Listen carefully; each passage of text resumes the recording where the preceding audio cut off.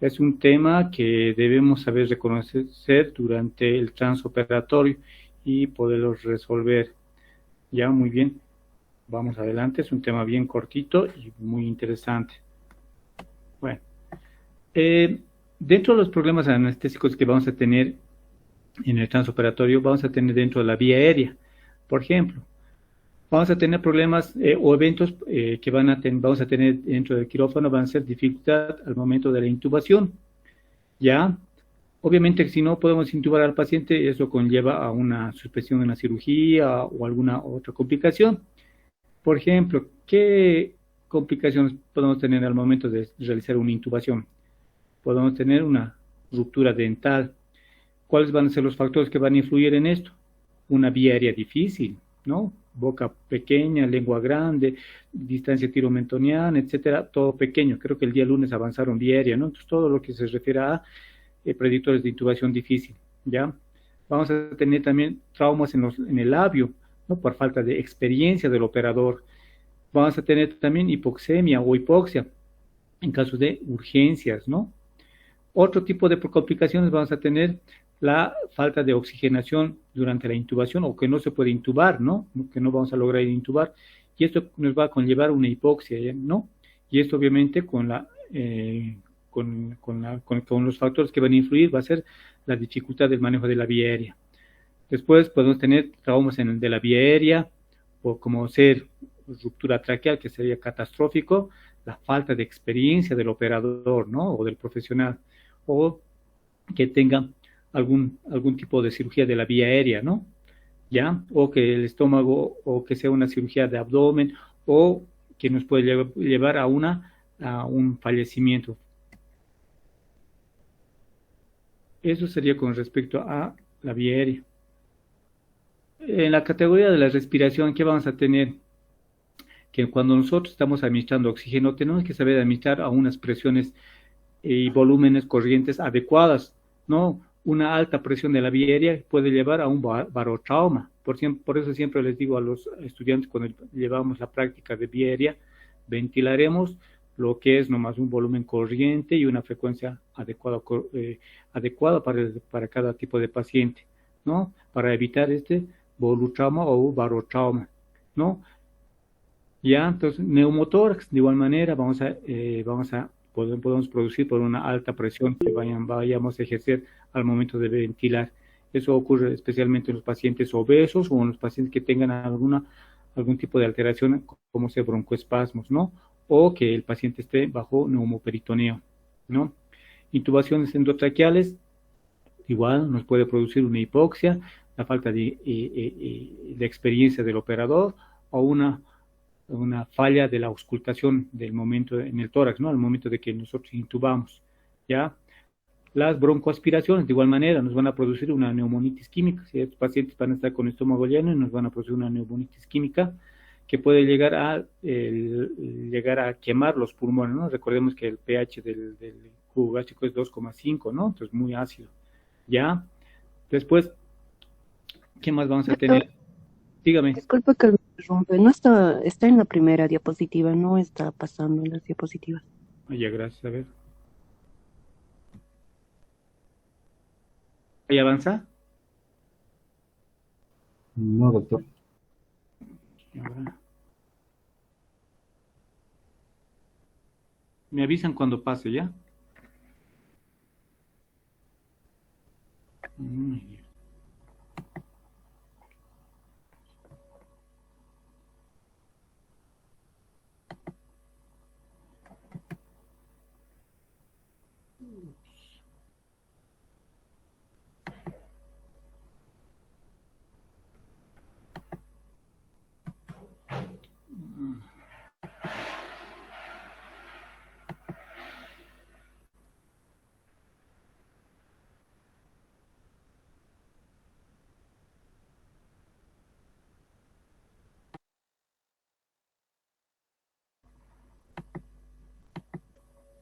Oye, ven. Dentro de la categoría de cardiovascular vamos a tener problemas tanto de hipotensión como hipertensión, ¿no? ¿Cuáles van a ser las consecuencias potenciales? Un infarto de miocardio, ¿no? Hipotensión por la pérdida sanguínea. una parada cardíaca, puede ser a consecuencia de una sepsis, una injuria a nivel cardíaco, de igual manera podemos tener un bloqueo a consecuencia de un bloqueo neuroaxial, ¿no? Una hipovolemia severa, ¿no? Entonces podemos tener hipotensión arterial. Ya a consecuencia de una hipertensión arterial podemos tener a consecuencia de que nosotros estamos administrando bastante líquido, ¿no? Y esto obviamente aumenta el gasto cardíaco y aumenta la presión arterial, ¿ya? O una anestesia light, ¿no? Es decir, suave, que nuestro paciente no tenga una anestesia profunda, adecuada para el acto quirúrgico, ¿no? Todas estas consecuencias pueden llevar a una hipertensión arterial, ¿de acuerdo? A ver, dentro de la categoría de los bloqueos del sistema nervioso, podemos tener a nivel tanto central o periférico, podemos tener una inyección inadvertida a nivel intraneural, ¿no? Y eso obviamente nos va a llevar a una lesión del nervio. Esto ocurre especialmente en las anestesias que sean anestesias regionales, ¿no? Puede ser a consecuencia de una incorrecta posición del paciente, puede ser por la falta de experiencia del paciente o del operador o del profesional, ¿no? Si vamos a nosotros a administrar anestésico a nivel central, es decir, la raquidia o la peridural, podemos causar una función dural y esto obviamente le va a producir al paciente lo que se llama la cefalea postpunción, ¿no? Y esto a consecuencia de qué es una dificultad al momento de administrar la anestesia, tanto epidural o espinal, ¿no? La falta de experiencia del operador que está pinchando varios, 2, 3 veces, que va a perforar la dura madre, ¿no? Y por consecuencia va a haber una salida de líquido cefalorraquídeo que a la larga nos va a llevar a una cefalopospunción, ¿no? Ya, después, ¿qué más podemos tener? ¿No? Los catéteres peridurales, esta mañana pusimos un catéter peridural acá en el hospital, la mala acomodación de este catéter nos va a llevar a un dolor en el paciente en el postoperatorio de algún miembro, por decir, ¿no? ¿De acuerdo? Entonces, ¿qué más tenemos acá? La falla de algunos fármacos que no están adecuados, por ejemplo, la anestesia peridural o espinal puede producir también hipotensión arterial, ¿ya? Y obviamente nosotros no sabemos cómo, o no saben, digo, no tratamos adecuadamente esta hipotensión y nos puede llevar también a una consecuencia a nivel cardiocirculatorio. O no nos fijamos la anticoagulación de nuestro paciente que tiene una coagulopatía y podemos producir hematomas a nivel epidural. Con 4 o 5 ml de hematoma a nivel del espacio epidural, la médula espinal llega a sufrir y nos va a producir una paraplegia. ¿De acuerdo? Por eso hay que ver siempre la anticoagulación o la coagulopatía que vaya a tener este paciente, ¿no? Para evitar todo este tipo de complicaciones. Si se llegara a producir, hay que hacer una laminectomía o obviamente otra cirugía mucho más grande, ¿no? Después, ¿qué vamos a tener? Alteraciones o relacionado con las drogas, ¿no? Podemos tener también pacientes que tengan alergias a algún tipo de drogas que van a producir anafilaxia, ¿no? Y esto obviamente son factores inherentes al paciente, ¿no? ¿De acuerdo? Luego, ¿qué más vamos a tener? Reacciones idiosincráticas a las drogas, a nuestros anestésicos, ¿no? ¿Y esto qué va a ser? Un ejemplo puede ser la hipertermia maligna, ¿no? Esto obviamente igual relacionado a los factores netamente del paciente. O esto lo más frecuente que ocurre cuando uno no lee los fármacos, ¿no? Error en la administración de los fármacos, ¿no? Obviamente nadie quiere hacer daño al paciente, pero la falta de experiencia, la falta de atención nos puede llevar a una complicación, ¿no? ¿De acuerdo? ¿Qué más? Lesión en los vasos sanguíneos a nivel del tejido que puede llegar a extravasarse el anestésico o algún fármaco que puede causar algún tipo de quemadura o algún tipo de laceración y obviamente lesión de los tejidos que puede llevar a necrosis, ¿no? O si es mucho más complejo, nos puede llevar a un síndrome compartimental, a una infección, y eso obviamente es quirúrgico, ¿no? Entonces nadie quiere llegar a esto, siempre hay que administrar en vena o fijarse si no está extravasado el fármaco o el anestésico que vayamos a utilizar. Por ejemplo, el propofol llega a lastimar bastante al tejido, ¿no? Entonces puede causarnos una necrosis tisular y eso obviamente ya es como cirugía plástica, ¿no? Entonces hay que tener mucho cuidado. Dentro de la hipertensión arterial, viéndonos un poquito más a detalle, vamos a ver que las etiologías van a ser un exceso de catecolaminas, o puede haber que los pacientes tengan una enfermedad preexistente, hipertensos, ¿no? Mal controlados, o una hipertensión intracraniana, o sea, intracraniana está bien, o alguna interacción entre fármacos que vayan a tener, o simplemente que la paciente o el paciente esté con vejiga llena, y eso obviamente va a tratar o va a producir una hipertensión, ¿no? El tratamiento, ¿cuál sería? Paciente hipertenso en el transoperatorio, simplemente la administración de oxígeno al 100% por máscara o ya está intubado, ¿no? Ya, o profundizar la anestesia. Seguramente en primer tema han debido llevar los pilares de la anestesia, ¿no? Que son 5, ¿no? La analgesia, la hipnosis, la apnesia, la relajación neuromuscular, y esto conlleva el quinto pilar, que es la protección neurovegetativa. Si no se cumplen estos 5 pilares, podemos tener una anestesia superficial, y esto obviamente va a llevar a una hipertensión arterial. El paciente tiene que estar en plano anestésico, nosotros le damos. Ya una falta de sedación inadecuada, o falta de sedación adecuada en este caso, ¿no? Falta de anestesia adecuada puede llegar a hipertensar a nuestro paciente porque hay exceso de catecolaminas. O vaciar la vejiga. Hemos dicho que la vejiga está llena y vaciar la vejiga con sondaje vesical. O si a pesar de eso no mejora nuestra presión arterial, utilizar fármacos, ¿no? Bloqueantes alfa o beta, ¿no? Algunos vasodilatadores, la nitroglicerina o bloqueadores de calcio, ¿no? Pero ya con la anestesia, un buen plano anestésico, llega ya a bajar nuestra presión arterial. Lo contrario, ¿qué es lo que pasa cuando hay una hipotensión arterial? Será a consecuencia de los fármacos. Les recuerdo que la mayoría de los fármacos anestésicos son vasodilatadores, y esto va a conllevar a una disminución de la resistencia vascular periférica. Ahí están los fármacos. O algunos bloqueantes simpáticos, o la misma sepsis puede llegar a producir una hipotensión arterial, metabolitos activos, o peor de los casos, el fármaco que puede llegar a producir reacciones alérgicas, ¿no? O una hipoxemia profunda, que el paciente no esté intubado adecuadamente o no sepamos manejar la vía aérea, puede entrar una hipoxemia profunda y esto nos va a llevar a una hipotensión arterial, ¿ya? O que el retorno venoso esté disminuido, una hipovolemia, que no nos demos cuenta del sangrado que presentó nuestro paciente y nos va a presentar una hipotensión arterial o un aumento de la capacitancia, y eso nosotros producimos con nuestros anestésicos cuando es una anestesia espinal o anestesia peridural. La presión intratorácica de igual manera incrementada, que va a evitar el retorno venoso, neumotórax o también taponamiento cardíaco, lo propio, ¿no? Para evitar el retorno venoso que nos va a producir una hipotensión arterial. ¿Y cómo corregimos todo esto? ¿No? Aumentando la resistencia vascular periférica, ¿no? Con adrenalina o noradrenalina, etcétera, ¿no? Para aumentar todo esto. El retorno venoso, lo propio, ¿no? ¿Cómo aumentamos? Aumentando la volemia, aumentando la carga, ¿no? Con soluciones cristaloides o con la misma sangre, ¿de acuerdo? De esa manera vamos a aumentar la presión arterial por encima de 60-65, la presión arterial media.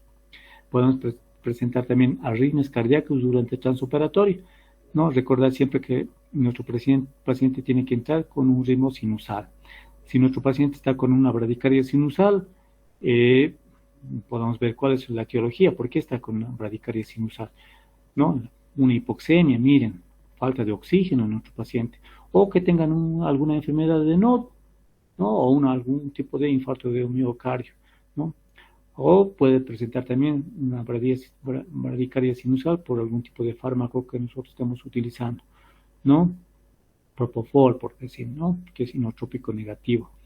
O el tono vagal aumentado, ¿no? Que estamos comprimiendo los ojos, o a nivel del seno carotido que estemos comprimiendo, ¿no? O las cirugías nosotros tenemos esto en cirugías de la cisterectomía o las cesáreas, por decir, la misma cesárea, ¿no? Hay una tracción del peritoneo que nos hace una arritmia cardíaca, ¿no? Nos causa una bradicardia sinusal. ¿no? Por eso hay ratos el ginecólogo nos dice, voy a extraer el útero, ¿no? Al momento de la cesárea, y ahí nos fijamos que nuestro paciente no bradica, dice, en exceso, ¿no? El tratamiento que vamos a utilizar, si está hipoxémico, oxígeno, ¿no? Si hay enfermedad de nodo, vamos a aumentar o disminuir el tono vagal con algún tipo de fármacos. En este caso podemos utilizar la atropina a 10 microgramos kilogramo, 10 microgramos kilogramo podemos administrar, o de dosis a 0,5, perdón, 5 microgramos kilogramo podemos estar calculando de esa manera, ¿no? O algún tipo de fármaco, podemos estar también utilizando ese tipo, ¿no? Ya les repito, la atropina. Podemos tener también durante el transoperatorio los bloqueos auriculoventriculares, ¿no? Que vamos a tener de 3 tipos, ¿no? El MOVIS 1, MOVIS 2, o bloqueo auriculoventricular grado 1, vamos a tener MOVIS 1, MOVIS 2, ¿no? O el fenómeno de Weckenbach, lo que dice acá, ¿no? Entonces, lo más grave que nuestro paciente puede presentar es un bloqueo grado 3. Ahí no actúa la atropina. Les recuerdo que la atropina va a actuar en grado 1, grado 2, perdón, hasta MOVIS 1. A ver, recordando, grado 1, grado 2, hasta MOVIS 1. MOVIS 2 y grado 3, la atropina no va a actuar, ¿no? Porque ya es mucho más severo. Grado 2 y MOVIS 2, grado 3 va a actuar, o tenemos que utilizar marcapasos cutáneos, ¿de acuerdo? Entonces, eso sería un poquito de recuerdo. ¿Qué va a pasar también con la hipoxemia? Vamos a tener, en caso de que en el intraoperatorio, por decir, un aporte de oxígeno inadecuado. ¿En qué caso? Vamos a tener una desconexión del tubo endotraqueal, que no estamos ventilando adecuadamente, o puede haber un desequilibrio ventilación-perfusión, un tromboembolismo pulmonar que se ha llegado a presentar durante el transoperatorio, ¿no? O puede haber una reducción de transporte de oxígeno. ¿En qué casos? De una anemia severa, que el paciente durante el transoperatorio sangró demasiado, ¿no? El tratamiento que vamos a utilizar al momento de que sea un aporte de oxígeno adecuado o la desconexión, la ventilación manual, ¿no? O volver a reintubar al paciente o revisar nuestra máquina. Si la reducción de transporte de oxígeno está disminuido por falta de hemoglobina, administraremos paquetes globulares durante el transoperatorio, ¿ya? Pues recordar siempre que el aporte inadecuado de oxígeno va a llevar a una precarga, una hipovolemia, en qué caso es sepsis, ¿no? La bomba, que es bueno, podemos tener de origen cardiogénico, ¿no? La bomba que el corazón puede haber algún infarto de miocardio, puede llegar a causar una hipotensión arterial, que esta va a conllevar un aporte inadecuado de oxígeno, ¿ya? En la postcarga, ¿no? Vamos a tener de origen neurogénico o anafiláctico, ¿no? Recordar que esto es parte del volumen sistólico. El volumen sistólico está conformado por la precarga, ¿no? La contractibilidad y la postcarga. La precarga va a estar dada por la volemia, en consecuencia de una relajación o falta de volemia puede causar una disminución en la precarga, ¿ya? ¿Qué más? Entonces, en el transoperatorio anestésico, ¿qué vamos a tener? En la respiración espontánea, o vamos a aumentar el oxígeno a través de las puntas nasales, y vamos a aumentar la efectividad de la frecuencia respiratoria. ¿Cómo vamos a evaluar? Con el color de la sangre, las mucosas, incluso a auscultar. Si a pesar de eso no llega a mejorar la saturación de oxígeno, no, vamos a utilizar, ahí como dice, manualmente nuestra máquina de anestesia, ventilarlo mecánicamente. Cuando nosotros no ventilamos adecuadamente, ¿qué va a producir? ¿Qué se va a producir? Una hipercapnia, ¿ya? Una hipercapnia. Recordar siempre que el dióxido de carbono medido va a ser 35 o 45 milímetros de mercurio. Y cuando es por encima de 35 o 45, se va a denominar hipercapnia. Y esto a consecuencia de ¿qué es? Una ventilación inadecuada, ¿no? O que el paciente tenga una depresión del sistema nervioso central que nosotros producimos con nuestros anestésicos. puede haber una depresión neuromuscular, ¿no? Especialmente cuando se realiza una anestesia raquídea y sea mucho más alta. O que tengamos unos parámetros inadecuados de ventilación. Tratamos de que nosotros en el momento de intubar conectamos a la máquina y que éste esté respirando lo más fisiológico posible. No podemos dar los parámetros adecuados, qué sé yo, 200 volumen tidal, 8 de frecuencia respiratoria, y obviamente no cumplimos las necesidades ísticas y esto va a disminuir. Podemos tener también un broncoespasmo durante el transoperatorio, una ventilación unipulmonar en caso de que nosotros hayamos intubado inadecuadamente, ¿no? Siempre de rutina y ratos equivocadamente, diría yo, nos vamos al pulmón derecho por la anatomía que va presentando los bronquios, ¿no? Y vamos a tener una ventilación inadecuada y esto obviamente va a llevar a una hipercapnia, ¿no? Y el aporte, ¿en qué casos más vamos a tener hipercapnia? El aporte exógeno, cuando tengamos una cirugía laparoscópica, el cirujano puede llegar a utiliza, ¿no?, el CO2, y este CO2 puede irse a un vaso sanguíneo y va aumentando el dióxido de carbono. El tratamiento, corregir la causa subyacente que le está produciendo la hipercapnia. Si estamos nosotros una ventilación inadecuada, mejora la ventilación, ¿ya? Si nuestros parámetros son inadecuados, mejorar, ¿no?, de 10 a 20 por minuto, volumen tidal de 500, etcétera, ¿no? Si fuera un broncoespasmo, utilizaremos beta 2, ¿no?, inhaladores. Si está mal intubado, vamos a intubar adecuadamente, ¿no? Si nosotros encontramos a consecuencia de la cirugía laparoscópica, le diríamos al cirujano saque su trocker y nuevamente ingrese porque nos está produciendo hipercapnia. Vamos a tener también la diuresis alterada.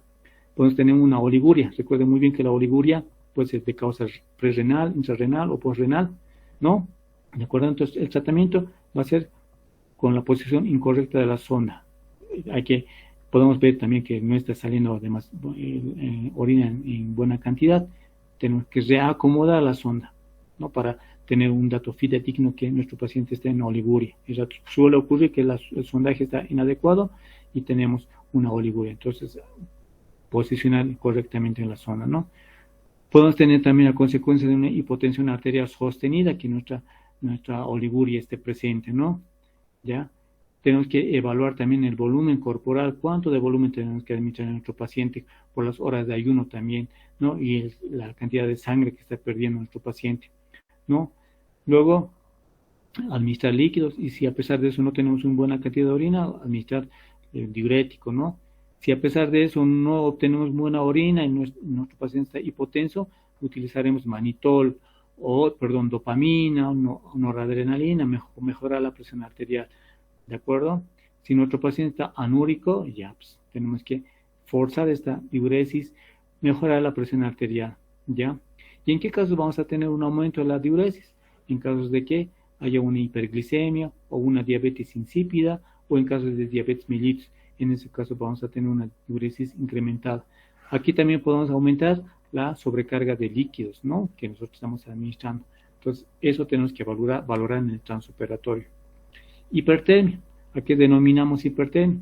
Cuando sube 2 grados centígrados cada hora, ¿de acuerdo? Si estamos con 37, y a la hora tenemos 39, a las 2:41, entonces ya estamos hablando de una hipertermia. Dentro de la etiología vamos a tener lo que es la hipertermia maligna. La hipertermia maligna es una enfermedad poco común en nuestro medio, gracias a Dios, ¿no? Más está en Australia, en Europa, por eso en Asia, ¿no? Es a consecuencia de la triada, lo que llamamos nosotros una triada. Tiene que haber un factor genético, el primer componente.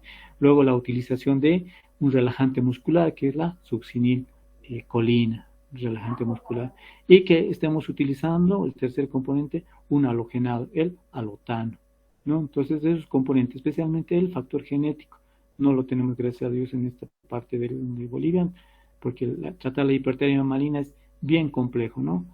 ¿De acuerdo? Entonces, no lo tenemos, ¿no? Podemos tener también la consecuencia de una sepsis, un hipermetabolismo, lesión a nivel del sistema nervioso central, a nivel del centro termorregulador, que nuestro paciente está, por eso está con hipertermia. O que nuestro paciente sea alguna, que tengan alguna dependencia tanto de cocaína, antidepresivos, ¿no? Que estos obviamente van a aumentar la cantidad de catecolaminas que van a producirnos también hipertermia. El tratamiento, por ejemplo, para la hipertermia marina va a ser el dandroleno, ¿no? Dandroleno, ni siquiera lo tenemos creo que en el medio, pero vale la pena recordar el tratamiento de la hipertermia marina. Bueno, que puede ser pregunta de examen. Buena pregunta. ¿Y cómo enfriamos? Bueno, si hay sepsis, hipermetabolismo, etcétera, enfriamos al paciente, ¿no? Pasarle soluciones tibias, después, ¿qué más? Pasarles un sondaje vesical con solución tibia, de igual manera para enfriar al paciente, ¿no? No sobrecalentar al paciente, de esta manera podemos enfriar. Hipotermia, por lo contrario, recordad siempre que la hipotermia es la pérdida de calor, ¿no? Vamos a perder el calor por 4 fuentes, la radiación, la evaporación, la convección y la conducción, ¿no? La radiación que es un 60%, evaporación 25%, convección un 12% y la conducción un 3%, ¿no? La radiación, ahorita estamos perdiendo calor por radiación, la mayoría de ustedes me imagino que está ahí escuchando, entonces perdemos por radiación. La evaporación, o sudor, o la misma respiración, o en cirugías, la mayor cavidad abierta, ¿no? La convección, llamado, yo le llamo esto el cruce de aire, ¿no? La radiación alejada por aire, aumento del clima artificial, ¿no? Los cruces de aire, llamaremos esto, ¿no? Para no olvidarnos. La conducción, la transferencia por contacto, ¿no? De una superficie caliente a una superficie fría, ¿de acuerdo? ¿Quiénes son sensibles a la hipotermia? ¿No? Especialmente los niños, ¿no? Los gerontes también son sensibles, los pacientes mayores, ¿no? Son sensibles. ¿Qué es lo que hacen? Otros anestésicos, de igual manera, especialmente los anestésicos volátiles, llegan a producir a nivel del centro termorregulador, realizan un bloqueo y hacen perder el calor, ¿no? No hay una compensación de nuestro centro termorregulador para la ganancia de calor. Los opioides también están en su segundo lugar y una relajación muscular también puede producir una hipotermia, ¿no? ¿Cómo producen nuestros anestésicos un bloqueo a nivel del centro termorregulador? Recuerden muy bien que ¿cómo ganamos el calor? ¿Cómo ganamos calor? Mediante la vasoconstricción, ¿ya? Mediante el tiriteo. Si el centro termorregulador está bloqueado, no hay ese efecto, ¿no? De la vasoconstricción ni tiriteo. Entonces, el paciente sale temblando y con frío. La mayoría de los pacientes sale con frío, ¿ya? Y la prevención y el tratamiento, ¿cuál va a ser? Aumento de la temperatura ambiental. Nuestro quirófano tenemos que calentar por lo menos a 22 grados, ¿no? Cubrir las superficies del paciente con sábanas calientes, mejor dicho, ¿no? Pasar también líquidos calientes y la sangre, obviamente, que nos viene del banco de sangre a 4 grados y calentar esta sangre adecuadamente, ¿no? Uso de circuitos, ¿no? Esto en anestesia, en nuestros tubos endotraqueales, nuestro circuito es muy largo, entonces calentar mantas calientes o las lámparas, ¿no? Que vayan a calentar el ambiente. Otra complicación que podemos tener es un laringoespasmo, ¿no? Va a ser el cierre reflejo de las cuerdas vocales verdaderas acompañado de las cuerdas falsas debido a una estimulación muscular intrínseca como medida de protección de la vía aérea.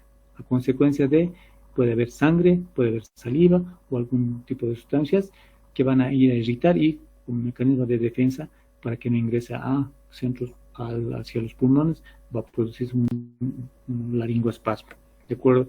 Siempre es por eso cuando nosotros realizamos una anestesia de nariz, una rinoplastia, septoplastía, etcétera, y el sangrado va hacia atrás, entonces hay que aspirar adecuadamente. Si nosotros no aspiramos, puede producirse este laringoespasmo, ¿no? Ahí está el reflejo de la vía aérea, que vamos a tener apnea, tos, reflejo expiratorio especialmente, ¿no? Reflejo de la presión negativa, cierre de la laringe, ¿no? ¿Qué van a causar aquí? Repitiendo otra vez, ¿no? Factores desencadenantes, la secreción de sangre, hemos dicho, la manipulación, por eso de rato no es bueno manipular cada rato la vía aérea, ¿no? Podemos producir laringoespasmo, estimulación, dosis elevadas de opioides, o que el paciente esté en un plano superficial, puede producirnos laringoespasmo, ¿ya? O ahí están también los halogenados, ahí está el sevoflurano y isoflurano que van a producir laringoespasmo. Diagnóstico, podemos tener un laringoespasmo o una obstrucción parcial, que el paciente respiran de esa manera, ¿no? Un sonido inspiratorio audible a distancia, un tiroteo traqueal, movimientos paradójicos ventilatorios, una disociación tóraco-abdominal, ¿no? Ruidos ventilatorios obstructivos y edema, ¿de acuerdo? Entonces, ¿cuál va a ser el tratamiento? El laringoespasmo incompleto, entonces vamos a detener el estímulo quirúrgico, es decir, ya no manejamos la vía aérea, ¿no? Ya vamos a remover todo el material de la laringe, la sangre, la saliva, etcétera, ¿no? O realizar una profundización anestésica. Profundizamos al anestésico, al paciente, hemos dicho, con otros anestésicos y hacemos una aspiración, ¿no? Si a pesar de eso no mejora, vamos a tener que utilizar bloqueadores neuromusculares, por ejemplo, la succinilcolina a esas dosis, ¿no? A 0,1 miligramos por kilogramo por vía venoso, para que vaya a relajarse la vía aérea y el paciente puede respirar. Bueno, no puede respirar, sino que nos permita realizar ventilaciones a presión positiva, ¿ya? Podemos utilizar también lidocaína, a spray al 4%. También tenemos que considerar la reintubación al paciente si a pesar de estas maniobras no llega a pasar, ¿no? Utilizar también siempre a presión positiva, ¿no? No, ventilar con nuestro ambú, presión positiva. ¿No? Esto distiende las fosas piriformes a cada lado y va a realizar que entre el oxígeno. Otra complicación de un transoperatorio, podemos tener un broncoespasmo, les había dicho, ¿no? Un broncoconstricción bronquial, a consecuencia de anafilactoides, anafilácticas, o puede ser a consecuencia de una transfusión sanguínea. ¿En quiénes va a estar más presente? Los fumadores. ¿Cuál va a ser la clínica que va a presentar? Unas sibilancias, ¿no? Audibles. El paciente va a presentar taquipnia, respirando, ¿no? Y a la larga, disnea. Y aumenta la resistencia de las vías aéreas, ¿no? ¿Y eso a consecuencia de qué? Podemos utilizar morfina, nos presenta broncoespasmo. El atracorio, que es un relajante muscular, ¿no? Que puede llegar a presentar broncoespasmo. La succinilcolina, lo propio, ¿no? Puede llegar a presentar broncoespasmo, ¿no? El tratamiento, ¿qué va a ser? La intubación orotraqueal, ¿no? O profundizar con anestesia. La ketamina es un anestésico, un hipnótico, ¿no? Que tiene las propiedades de beta 2, ¿no? Van a ir a relajar a los bronquios. Y si no tenemos eso, tratamiento médico, agonistas beta 2, ¿no? Ya, salbutamol, por ejemplo, 2 PAPs, ¿no? La ketamina, el servicio que tiene propiedades beta 2, la misma adrenalina, también podemos utilizar una dosis, ¿no? Otra complicación durante el transoperatorio o durante la inducción anestésica podemos tener las broncoaspiraciones, cuando el paciente no esté con estómago vacío, ¿no? Con estómago lleno, y nosotros empezamos la anestesia y hay regurgitación. No es vómito en este caso, ya no se olviden, vómito es diferente, es regurgitación. Hay regurgitación y al momento de estar intubando, hay la pasada de contenido gástrico hacia los pulmones, lo que nos va a producir una neumonitis química. Recuerden muy bien que el pH del cubo gástrico está a 2,5, ¿no? Entonces va a causar una neumonitis. Entonces, ¿qué podemos hacer para preparar al paciente? Ahí, como ven, hacemos un sondaje nasogástrico, ¿no? Para vaciar completamente todo el contenido gástrico del estómago y el estómago esté vacío, ¿no? Y al momento de que estemos intubando, vamos a realizar algunas maniobras, seguramente en vía aérea, ya vieron, ¿no? Con la doctora Bele, lo que son las maniobras de Schilling, ¿no? Para evitar la broncoaspiración, ¿ya? Como están realizando ahí en estos dos dibujos. Podemos tener también reacciones de anafilaxia, de tipos de reacciones de hipersensibilidad, según Cole y Wellcombs. Vamos a tener especialmente tipo 2, es de nosotros, ¿ya? Citotóxicas, ¿ya? Los anestésicos causan tipo 2, puede ser pregunta de examen. ¿Qué tipo de reacciones causan anafilaxia? Tipo 2, las citotóxicas, ¿no? Las otras, bueno, no es tanto de importancia, ¿no es así? Entonces, eso es lo que causan nuestros anestésicos. Las etiologías, ¿cuáles van a ser? el tiopental, que es un anestésico o que es un anestésico general inductor, que ya está descontinuado, pero vale la pena recordar el tiopental, ¿no? También vamos a tener el propofol, que tiene un componente cremofol, el que va a ir a producir también reacciones anafilácticas. La misma ketamina, miren, la misma ketamina, que va a ir a actuar a los mastocitos, que va a producirnos también reacciones anafilácticas. Los opioides a nivel, producen también histamina a nivel de la piel, ¿no? La codeína, ¿no? Algunos bloqueadores neuromusculares, como hemos dicho, la succinicolina y el atracurio son los más que van a presentar. Los anestésicos locales, mayormente los tipo ésteres, ¿no? Por su metabolismo, que es el PABA, ¿no? Algunos tipos de fármacos durante el transoperatorio que administramos, ¿no? Es en rayo, ¿qué es? Los medios de contraste, ¿no? Cuando se administra por vía endovenosa. Bueno, reacciones anafilácticas, anafilaxia, ¿no? Antígeno, anticuerpo, anafilactoides. Obviamente hay que saber diferenciar qué es una reacción anafiláctica de una anafilactoide. Reacción similar, pero no guía, o no es similar, o no está influenciada por la hemoglobina E, ¿no? Es una reacción anafilactoide. Poco difícil de diferenciar de una reacción anafiláctica de una reacción anafilactoide. Tendríamos que realizar en ese momento una prueba de hemoglobina E, ¿no? La clínica, ¿cómo va a ser? Urticaria, vamos a presentar broncoespasmo, una hipotensión arterial, vamos a ver un edema pulmonar. ¿Y el tratamiento qué va a hacer?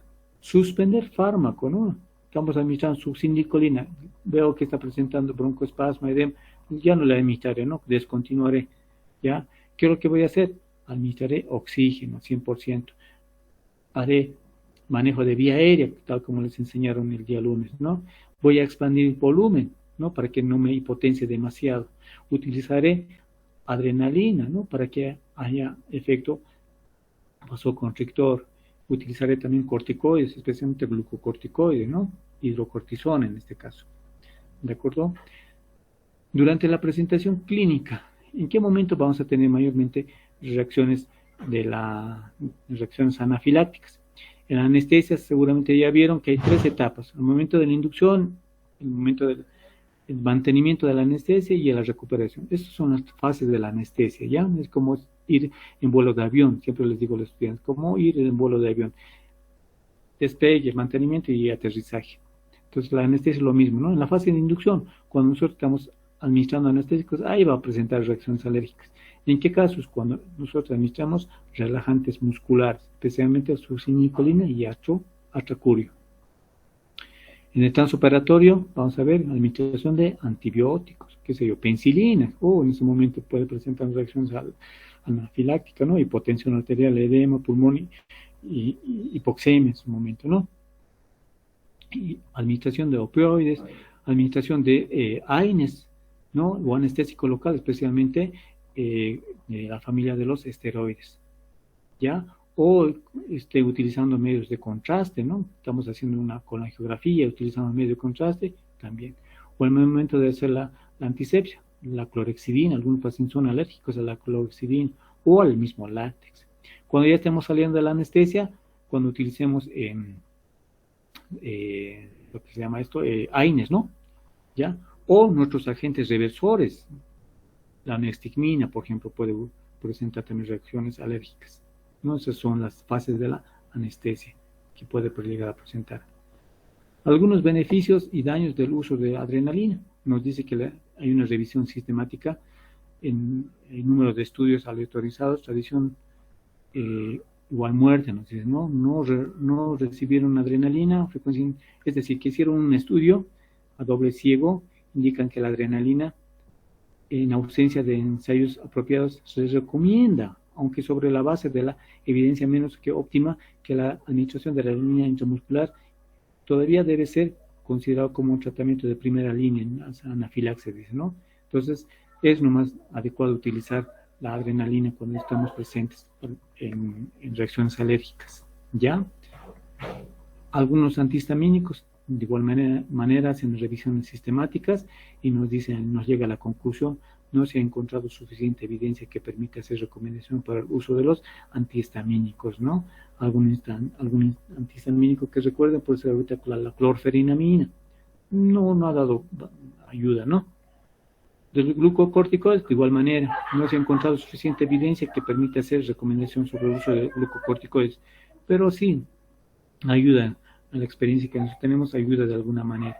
Pero la primera línea es la adrenalina, ¿de acuerdo? Podemos tener también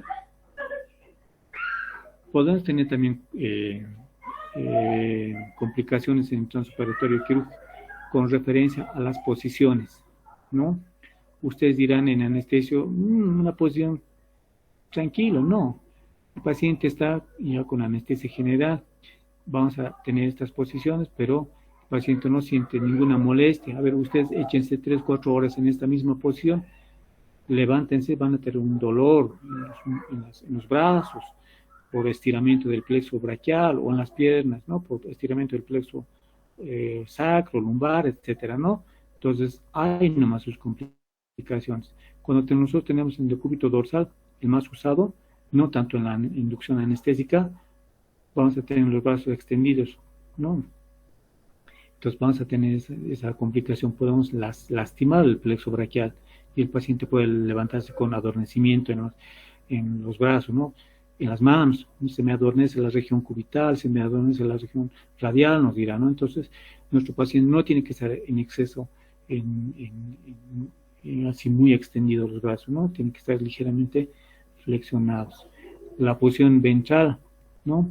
Regiones posteriores, podemos llegar a comprimir en las mujeres las mamas, puede haber necrosis de las mamas, o en los varones el testículo el pene que está comprimido. De igual manera hay que liberarnos así en este tipo de posiciones. Entonces, ustedes dirán, aquí a mí no me importa porque no voy a ser anestesiólogo, pero les recuerdo que ustedes son médicos o van a ser médicos de guardia y siempre tienen que velar por el bienestar siempre de nuestro paciente, porque somos un equipo, ¿no es así? ¿Ya?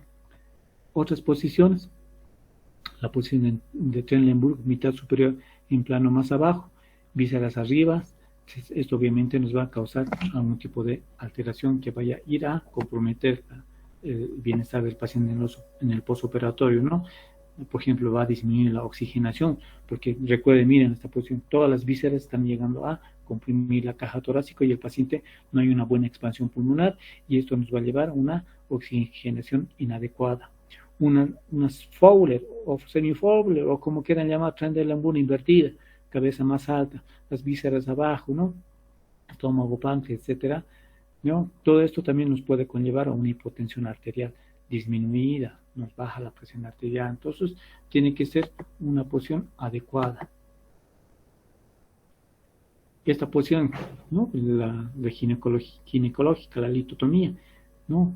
Puede haber ahí compresión del nervio ciático externo, y a la larga, si no cuidamos eso, a nivel de la cabeza de peroné, nos puede llegar a producir un pie caído, ¿no? Ahí está, tenemos que tener mucho cuidado en esa posición. ¿Ya? Esta es la posición de navaja sevillana, cirugías proctológicas. Aquí tenemos que tener cuidado otra vez, ¿no? Les repito, el pene, el escroto, el perineo en sí, ¿no? Del varón, y en la mujer las mamas, ¿no? Que llega a comprimir, más aún si son voluptuosas, ¿no? Podemos tener también otras complicaciones. Las complicaciones en el bloqueo neuroaxial. Ahí están realizando una punción a nivel de la columna, ¿no? Complicaciones inducidas por la aguja. Podemos producir también un hematoma epidural, que les había dicho en las primeras diapositivas, puede llegar a causar paraplegias con 5 ml de hematoma en el canal medular, que llega a comprimir la médula espinal, puede producir paraplegia, y eso obviamente ya es una emergencia que tenemos que encontrar con la neurocirujana para que le hagan una laminectomía, ¿no? En casos de infecciones, de igual manera, ¿no? A nivel de la piel hay infecciones y nosotros hacemos la punción y estamos barriendo toda esa flora dañina, ¿no? Puede tener también dolor de espalda, varios intentos, ¿no? Que estamos realizando, que la columna está fea o la falta de experiencia, punción y obviamente el dolor de espalda. O la cefalea pospunción. Les recuerdo esto, ¿no? Pregunta de examen. ¿A consecuencia de qué es la cefalea pospunción? a consecuencia de la perforación de la dura madre, puede ser, ¿no? Podemos producir también neumoencéfalo o embolias gaseosas al momento de realizar las punciones, ¿no? O en peor de los casos, que el catéter, esta mañana pusimos un catéter epidural, un pacientito que iba a ser operado de una prótesis de cadera, puede ser que se rompa al momento de sacar. Miren, ahí está una radiografía de una anestesia peridural con medio de contraste. Ahí está ingresando todo el anestésico con medio de contraste para vernos en la radiografía. Ya está el catéter, miren cómo se llega a romper este catéter y es un cuerpo extraño y el organismo va a reaccionar obviamente con infección, ¿no? Entonces tenemos que ver que este catéter esté íntegro al momento de sacar a los 4 o 5 días después de haber concluido la analgesia. También podemos tener factores inherentes al torrente circulatorio. Se puede deber a una infección de transmisión hemática. Estaba el paciente séptico, hacemos la punción y listo. Podemos causar una meningitis, ¿no? O como un catéter o un hematoma, como un catéter o un hematoma epidural. Puede estar contaminado este hematoma y nosotros barremos y causar también una meningitis. Los abscesos epidurales espontáneos, ¿en qué caso vamos a tener? Vamos a tener en pacientes que tengan el síndrome de inmunodeficiencia adquirida, ¿no? Ahí está una imagen, como un absceso puede llegar a comprimir a la médula espinal, ¿de acuerdo? Igual, 3 a 5 ml pueden causar una compresión de un absceso. ¿En qué casos? En SIDA o en pacientes que hayan recibido alguna quimioterapia, ¿no? Entonces tenemos que tomar muy en cuenta después de una anestesia, ¿qué ha pasado? ¿Por qué está el paciente parapléjico? Puede ser a consecuencia de todo esto lo que estamos mencionando. Otras complicaciones a nivel neuroaxial, en este caso ya inducidas al fármaco. Podemos tener una lesión neurológica, aracnoiditis, ¿no? La aracnoiditis va a ser el estrangulamiento de la médula espinal por la aracnoide que se vuelve fibrosa, ¿no? Y que produce bastante dolor. Los pacientes dicen, ¿no? Es como vivir en el infierno. Realmente, ¿cómo será vivir en el infierno para que se expresen de esa manera, ¿no? Pues, sienten ese dolor en toda su extremidad, ¿no? La aracnoiditis que puede llegar a causar por una lesión neurológica a consecuencia de un anestésico, la lidocaína, por ejemplo, de mala calidad puede ser. Podemos producir también fármacos, una toxicidad sistémica que hemos inducido bastante, lidocaína, ¿no? Anestésico raquídeo total, es decir, que nuestro anestésico se haya ido hasta el cerebro y nos causa una anestesia de tipo general, el paciente ya no respira y hay que intubarlo al paciente. Inyección subdural inadvertida, de igual manera nos puede producir una anestesia raquídea total. Va a haber una disminución termorreguladora. En anestésicos locales van a ver ustedes que los anestésicos locales producen bloqueo a nivel de beta 2, de las fibras B, que hay una mioplegia, vasoplegia y obviamente el paciente ya no puede regular la temperatura y hay una disfunción termorreguladora. Los anestésicos también pueden causar hipotensión arterial, ¿no? Los anestésicos locales, una bradicardia o incluso paro cardíaco, ¿no? Ahí está la aracnoiditis, ¿no? Que puede estrangular. Complicación del bloqueo periférico. Hace rato era complicación del neuroeje. Los bloqueos del nervio periférico vamos a tener por las agujas. Podemos lesionar el tejido, varios intentos hasta encontrar el nervio adecuado. Ahorita está realizando esto un bloqueo infraclavicular, ¿no? Que estamos tratando de intentar con ecografía o si no con guía de neuroestimulador, que vamos a causar lesión tisular. Si no encontramos el vaso, podemos causar una lesión vascular y esto obviamente produce un hematoma a nivel donde estamos funcionando. Y si no tenemos una buena imagen o no realizamos con neuroestimulador, lesión neuronal y el paciente queda con parestesias toda su vida, ¿no es así? Entonces tiene su riesgo también. Algunas complicaciones a nivel periférico. Esto es un bloqueo supraclavicular. Ahí está dibujada la clavícula y está realizando un bloqueo supraclavicular, ¿no? ¿Cuál vamos a tener? Complicaciones inducidas por fármacos, toxicidad sistémica, ¿no? No es administrar cantidades industriales de anestésico local. Puede tener complicaciones sistémicas. Toxicidad del anestésico local ¿no? Es decir, la lidocaína es más neurotóxico, ¿no? Y nosotros estamos administrando bupivacaína, podemos causar toxicidad cardiogénica también, ¿no? Ya les había dicho, reacciones alérgicas, que ya la gran mayoría de los anestésicos ya son de tipo amidas, ya no son de tipo ésteres, ¿no? O podemos llegar a bloquear otros nervios que nosotros no habíamos querido, ¿no? Que sé yo, puedo ir a bloquear el nervio contralateral del otro miembro, por decir, ¿no? Entonces es un poco difícil, pero eso es los bloqueos periféricos. Bueno, eso es un pequeño resumen de las complicaciones que podamos tener en el transoperatorio. ¿De acuerdo? ¿Tienen alguna duda? Por favor, me la hacen saber.